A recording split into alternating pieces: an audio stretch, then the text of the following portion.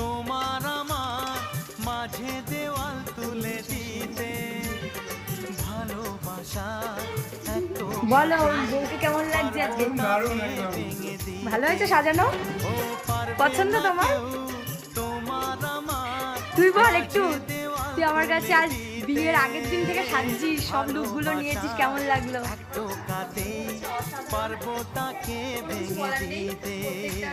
মানে সাজ প্রচন্ড সুন্দর হয়েছে। সব রিভিউ দেবো আমি আলাদাভাবে পোস্ট হবে। Thank you.